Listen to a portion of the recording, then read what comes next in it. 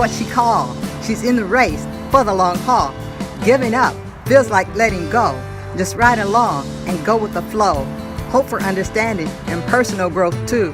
For her, them, and others to do. A little creativity and fun along the way. Let's get this lesson started, not ceasing to pray. Back in the day, during Abraham and Sarah's times, it was a Jewish custom for a wife or husband to be selected by their family. After Sarah, Isaac's mother, passed away, Abraham thought it was time for him to find a wife. Abraham had been living in Canaan at the time, but did not want his son Isaac to marry a Canaanite woman because of their non-Jewish customs and traditions. Their idol worship was not consistent with the Jewish worship of one God either. Abraham asked one of his servants to search for a possible wife for Isaac. Abraham must have trusted his servant big time to give him the task of finding Isaac a wife, a task that would affect their future and their descendants. Back in those days, as well as some countries today, quote-unquote, arranged marriages were a common tradition. For example, some parts of China have a modified version of, quote-unquote, arranged marriages where the couple can get to know each other first before deciding if they want to get married. India, Pakistan, and Japan also follow this tradition as a similar model. When Abraham's servant was given the task of finding a wife for Isaac, he was told what to look for.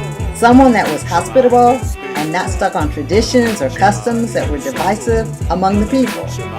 What would this woman do? Would she reach out to him and others? Would she give him water to drink as well as offer water for the camels?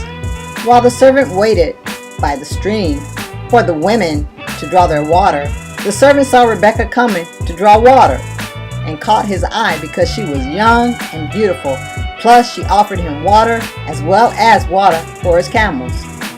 What was so special about the encounter of Rebekah with the servant was their interaction and the servant's prayer that he find the right one for Isaac, a choice everyone would be pleased with and accept. It was usual for women to offer water to travelers, but her willingness and enthusiasm made the difference. Rebekah passed the servant's quote-unquote test. He thought she met the requirements for a possible wife for Isaac. She had not only given him water to drink, but also had offered water to the camels. That encounter proved Rebekah to be hospitable. The servant was impressed and brought her back home to meet Abraham and marry Isaac. When Rebekah first saw Isaac, she got off of her camel and asked, "Who is that man?" We can assume that she saw someone she was interested in. She then took off her veil and covered herself. She must have carried the veil around with her just in case she saw that special someone. What was the significance of Rebekah covering herself with the veil? Probably Rebekah was letting Isaac know that she was a virgin and that she was available.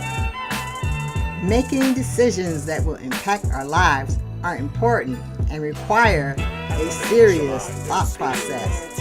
For example, if we decide to have a one-night stand with a stranger who has HIV/AIDS and we don't know it, the consequences can be devastating. Even if we decide to have sex with someone we know and they say they don't have HIV/AIDS and we never confirm that they are telling the truth, some consequences may include unwanted pregnancy, uterine infections, syphilis, gonorrhea, herpes, etc. So please be careful and seek the truth before indulging, because running on emotions can get us in debt and trouble. What does that do for our self-esteem and insecurities?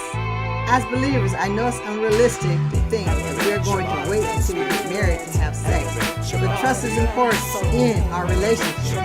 To love ourselves first, then love others, care about what happens to us physically, emotionally, and spiritually. Some decisions we make may change our lives forever.